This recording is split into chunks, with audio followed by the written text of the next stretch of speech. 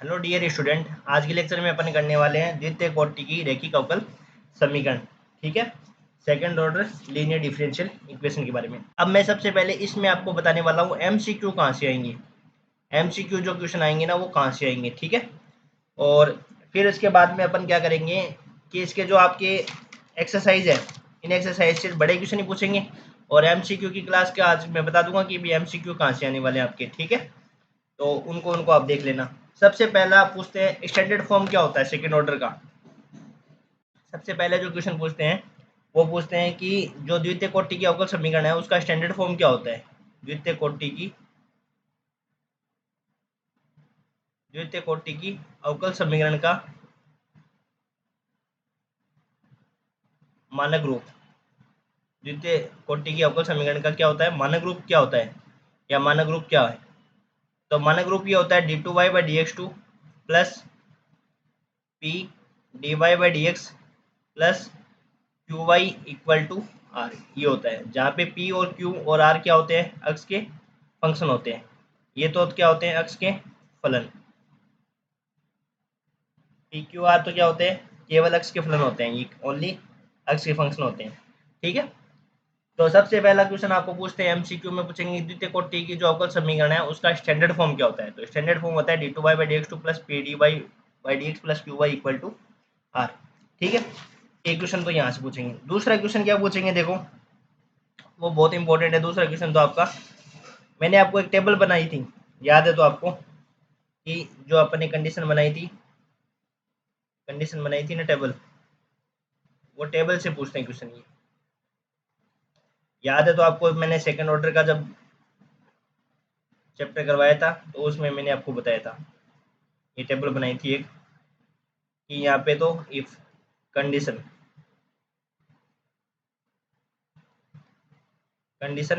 और यहाँ पे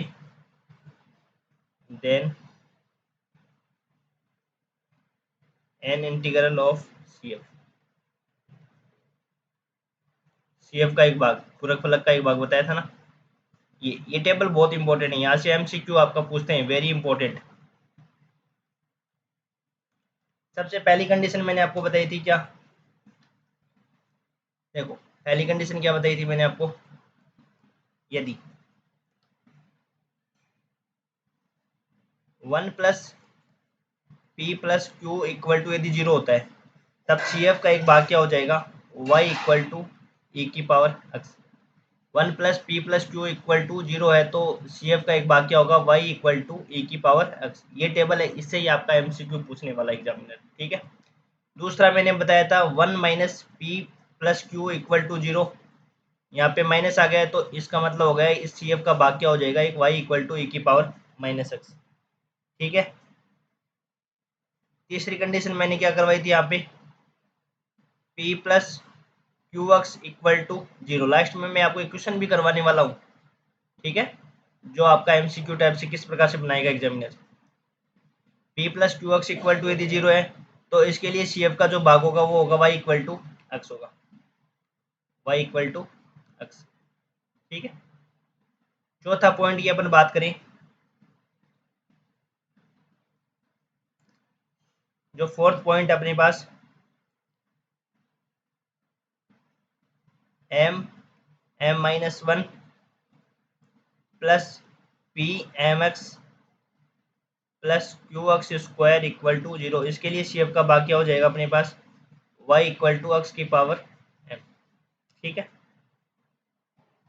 फिर इसके बाद में जो फिफ्थ कंडीशन है, इसके बाद में जो फिफ्थ कंडीशन है वो क्या होगी आपकी, फिफ्थ कंडीशन। फिफ्थ कंडीशन सबसे इंपॉर्टेंट है, 1 plus p upon m plus q upon m square equal to zero. इसके लिए जो सी एफ का भाग होगा वाई इक्वल टू ए की पावर एम एक्स। ये आपको और लगा के और लिख देता हूँ मैं इस प्रकार, ये भी कंडीशन इस प्रकार से बन सकती है, एम स्क्वायर यदि अपन एलसीएम ले ले तो ये हो जाएगा m square plus P M plus Q equal to zero.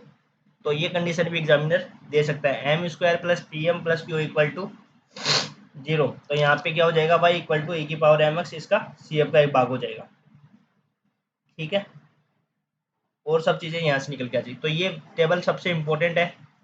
एक बार वापस पढ़ देता हूँ मैं आपको। देखो ये देखो सबसे पहले क्या होता है, 1 plus p plus Q equal to, यदि जीरो है, यदि ये अपने पास सॉल्यूशन निकल रहा है तो ये सी एफ का भाग्य हो जाएगा वाई इक्वल टू ए की पावर एक्स। यहाँ पे माइनस आ गया है तो क्या हो जाएगा अपने पास, वाई इक्वल टू ए की पावर माइनस एक्स। फिर एक कंडीशन होती है p plus Q x equal to zero के लिए, तो यहाँ पे वाई इक्वल टू एक्स एक सोल्यूशन लिया जाएगा।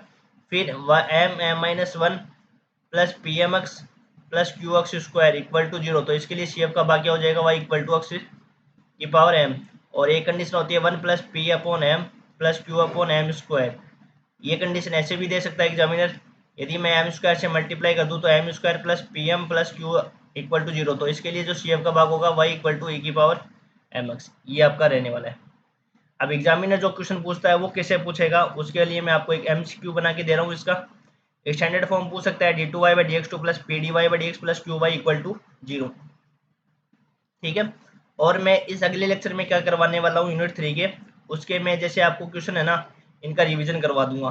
ठीक है, 5 से 6 क्वेश्चन मैं हर एक यूनिट से करवाने वाला हूँ, तो वो मैं आपको अगले लेक्चर में कराऊंगा। इसकी एक्सरसाइज के मैंने हमने तीसरी यूनिट में हमने किया था ना, exercise first, exercise second, exercise third, exercise fourth, इसमें मैं प्राचल विचरण विधि को भी करवाऊंगा। ठीक है ना, प्राचल विचरण वैसे करवा दिया, एक बार रिवीजन क्लास लगा दूंगा उसकी वापस। अब देखो एक क्वेश्चन लिख रहा हूँ मैं, एक क्वेश्चन लिख रहा हूँ, लिखिए देखो कैसे बनाएगा एग्जामिनर इसमें क्वेश्चन। यदि रैखिक समीकरण है,